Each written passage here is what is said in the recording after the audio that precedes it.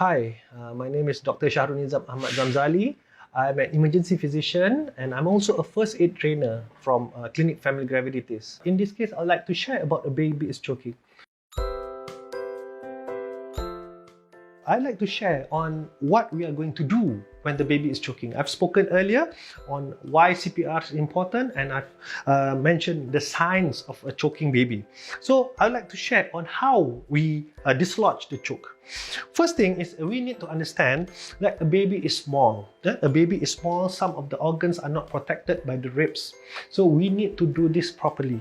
And it's always good if parents or the public can have this kind of training, a proper training, not going through YouTube, not going through videos, but to have a real life training, because this might save someone's child's life.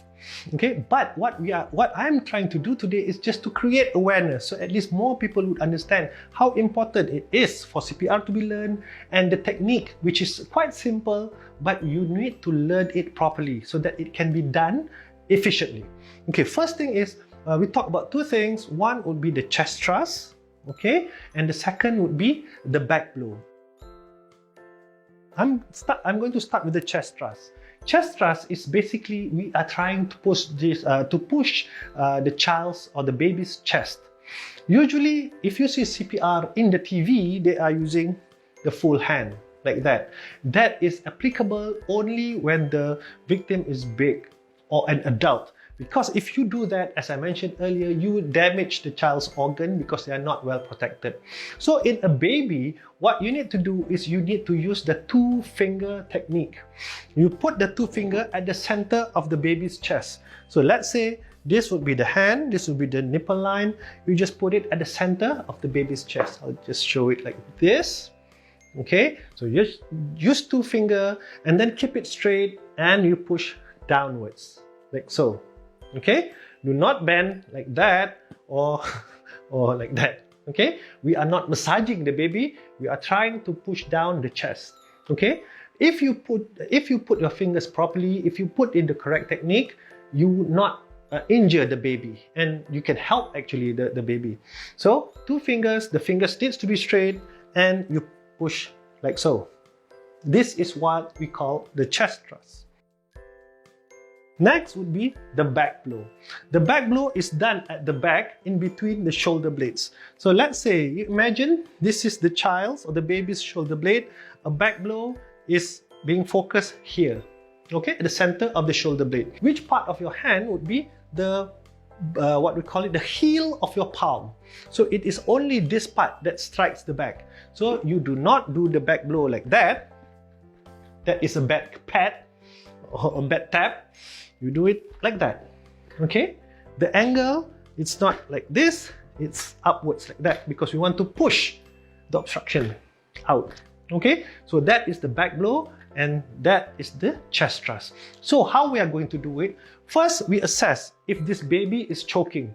If you know the baby is showing signs of choking, then you can either do the back blow first. Okay, how we're going to do the back blow is you make sure that the child's head is being held securely like this, and your forearm is supporting the child's body. So you put the child like so. Okay, make sure that you are stable, your feet is on the floor, your legs are bent slightly bit. Make sure the child or the baby's head is down more than the body. Okay, so 5 back blows, 3, 4, 5. Then you make sure that the baby is stable. You use your forearms and grasp the baby and bring the baby up. At this stage, it's very important to hold the baby securely because we don't want the baby to fall down. You bring it up and see, did the foreign body, the toy or the food comes out. If it comes out, you assess the baby. Is the baby crying? Is the baby breathing? If the baby is showing these signs, that's good. And then you can discontinue the rest.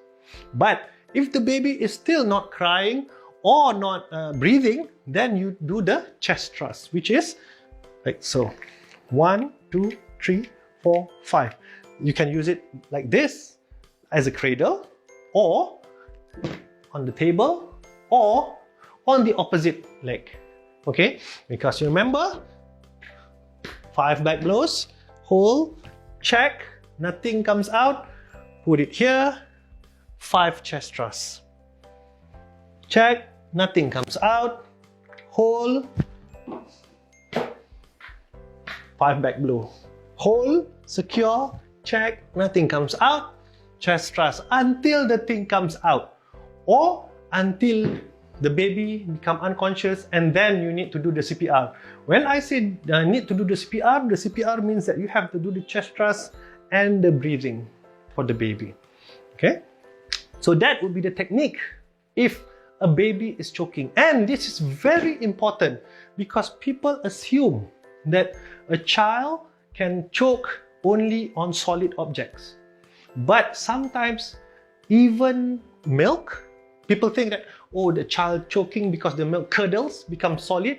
That is not necessarily the case. As long as there is something obstructing the airways, the child can choke. So imagine, let's say this is a pail of water and the water is about 10-20 centimeters. As long as the face is down in the water, the mouth and the nose is obstructed, that is enough for the child to choke, for the child to be cut from the oxygen. So when we are doing CPR for baby, it's quite different from when we are doing with adults because they are smaller. So first thing is how we're going to do the chest compression. The chest compression is not being done with hands but with only 2 fingers. Okay, that is one of the difference. And then when you do the blow, you blow the whole nose and the mouth, because the nose and the mouth is quite small, so you can just blow the nose and the mouth as a whole. Because in the adult, what you do is you pinch the nose and you blow. Okay, so that will be the difference. So in a CPR, in a baby, you press 15 times, push hard, push fast at the center of the chest, and you blow 2 times. Okay, this is very simple because usually for the class, for CPR is a 1-day class, but I'm going to compress it into a very short segment on how to do a CPR very simply. Okay, 2 fingers at the center of the chest, press and then blow 2 times at the mouth and the nose.